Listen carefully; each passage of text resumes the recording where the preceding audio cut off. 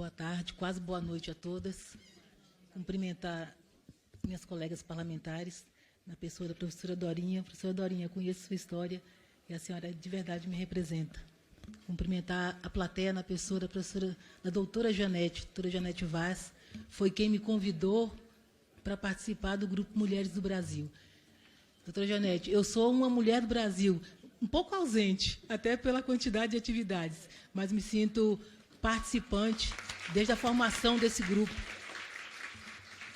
E sei o brilhante trabalho que vocês têm feito, que nós temos feito, para colocar o pé na porta, efetivamente, com todo jeitinho de mulher, mas nós precisamos meter o pé na porta para efetivamente buscar a igualdade que nós queremos.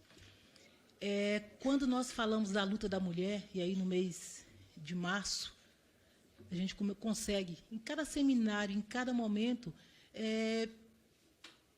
debater os mais diversos recortes que trazem a dificuldade, a impossibilidade, a luta das mulheres. E o recorte daqui é o recorte político. E aí eu preciso dizer, eu sou a primeira mulher negra na capital do país em 30 anos de Câmara Legislativa. A Câmara Legislativa nunca teve uma mulher negra, num país em que mais de 50% da população é mulher e negra. Então, a subrepresentação ela é muito séria. Enquanto nós falamos de representação na política, de superação das vulnerabilidades, contra a violência de gênero, contra a violência doméstica, as mulheres negras nesse país ainda estão debatendo a escravidão. Aí você fala, como assim?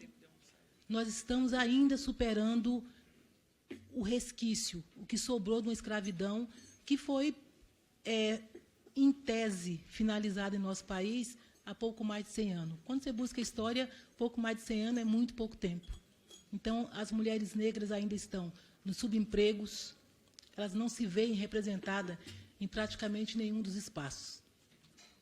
E aí vou pegar uma fala da colega delegada. Eu também sou delegada de polícia aqui em Brasília, policial há 23 anos, mas eu gosto de me apresentar como a delegada professora. Me forjei como professora, pelo menos 10 anos dando aula na rede pública, e depois eu saí da educação e fui para a segurança pública, e hoje delegada de polícia. E aí eu tenho uma história da minha vivência de polícia que explica as dificuldades que a mulher negra tenta superar, além de todas, da fome, do não casamento. Por incrível que pareça, tem um estudo que eu vi, ele é muito interessante, que eles dizem que as mulheres negras elas se casam menos do que as mulheres brancas. Elas são tidas como mulheres sensuais, né? É a mulher que tem a bundona, é a mulher que é usada sexualmente, mas que ela não é prioritariamente escolhida para ser a mulher para casar. Olha a coisa maluca. Aí você fala, gente, que conversa maluca. Mas são essas lutas que as mulheres negras ainda vivenciam. E uma história que me marcou aí na minha trajetória como delegada, eu fui atender uma senhora que era vítima de violência doméstica. Dentre os diversos recortes que a Polícia Civil nos permite, o meu recorte de atuação é em defesa da mulher vítima de violência. E eu tive uma senhora que, dramaticamente, o filho agrediu o companheiro dela para defendê-la de uma violência. E ele acabou matando o companheiro da mãe. Então, aquela mulher, naquele momento, ela tinha o filho preso e o marido morto. Aquilo me condoeu, me comoveu de um jeito, e eu já era delegada-chefe da delegacia da cidade onde esse fato aconteceu.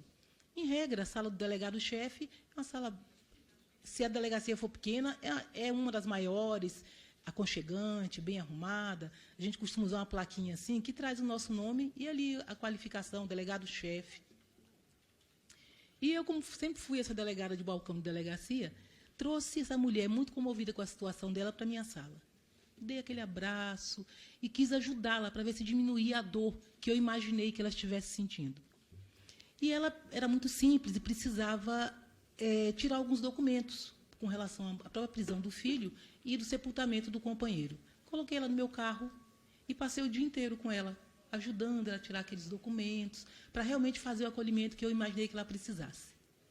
Passou aquele momento, e um dia tem audiência judicial do filho, e eu sou intimada para ser ouvida na audiência judicial.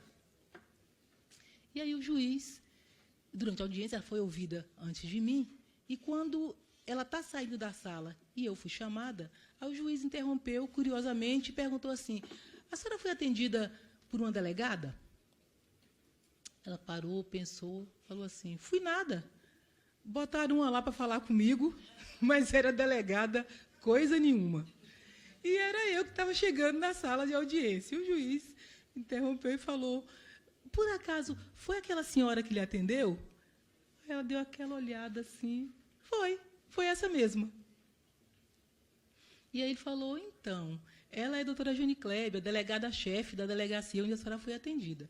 E isso, quando eu me apresentei para ela, eu me apresentei como sendo a delegada-chefe, que estaria fazendo o acolhimento dela naquele momento. Fui ouvida e saio da sala. Quando eu saio da sala, ela está do lado de fora me esperando. Aí ela, doutora, a senhora pode me perdoar? Eu fiquei esperando só para lhe pedir perdão. Aí eu falei, mas por que perdão? Ela falou, como é que eu ia adivinhar que a senhora era uma delegada? Essa situação mostra o que é a representação da população brasileira, da nossa sociedade machista, misógina,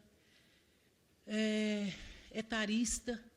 E ontem, e aí a senhora lembrou bem, uma mulher preta, idosa, professora, que já entregou com certeza tudo o que tinha em favor da educação, num evento em que se comemorava o Dia Internacional da Mulher, o mês da mulher. Ela recebe de presente um pacote de Bombril, palha de aço. Ele colocou no envelope, os colegas, os alunos, eles já filmaram, porque sabiam do que eles dizem ser brincadeira e não é brincadeira. Hoje, na Câmara Legislativa, eu tive a oportunidade de fazer a minha fala nesse sentido. A gente precisa gritar que racismo não é brincadeira, não é gracejo. Então, o que foi feito ali é crime. Ele é adolescente, então não pratica crime, mas é um ato análogo a crime. Enquanto nós naturalizarmos essas situações, um desses recortes, que eu acho, da mulher, que é buscar por espaço político, e da mulher negra, que é ainda mais difícil, que hoje ela está brigando, pelo menos para existir na sociedade. Então, é mais um desses recortes. A gente não vai conseguir esses avanços. Então, dizer que ser a primeira mulher em 30 anos e quantas outras, ou quais outras conseguirão alcançar esse espaço. Eu queria muito ter a oportunidade de, nesse seminário que fala de igualdade política, dizer para nós mulheres, meu tempo encerrou e eu vou deixar aqui um paralelo que foi feito pela deputada Érica Cocai, num evento que nós tivemos na Câmara Legislativa. Então, ela disse que a nós, mulheres, é sempre imposto um teto de vidro. Esse paralelo, para mim, foi perfeito, porque o teto de vidro ele é dissimulado. Você imagina que ele não existe e ele está ali postado para impedir que você consiga avançar. Então, a nós, mulheres, muitos tetos de vidros são colocados e nós precisamos, mais rapidamente, avançar. A colega que estava do meu lado e disse que nós precisamos exigir cotas de 30%. Nós precisamos exigir 50%, porque nós somos maioria da população brasileira. Então, nós não podemos ser tímidas e a gente precisa avançar de verdade, de forma simbólica, efetivamente, bater o pé em todas as portas, para que a gente consiga ocupar os nossos espaços, que efetivamente são direito de nós mulheres. Muito obrigada.